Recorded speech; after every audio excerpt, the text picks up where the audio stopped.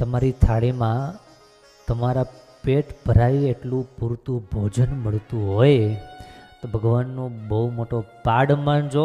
અને સાથે સાથે એક વિચાર પણ રાખજો, આ દુનિયામાં કરોડો માણસો એવા છે એને પેટ પૂરતું ભોજન નથી મળતું, નસીબ નથી, ગરીબાઈ છે.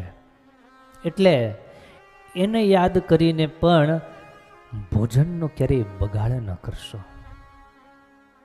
અન્નનો બગાડ, ભોજનનો બગાડ એ ભગવાનનું અને કુદરતનું બહુ મોટું અપમાન છે.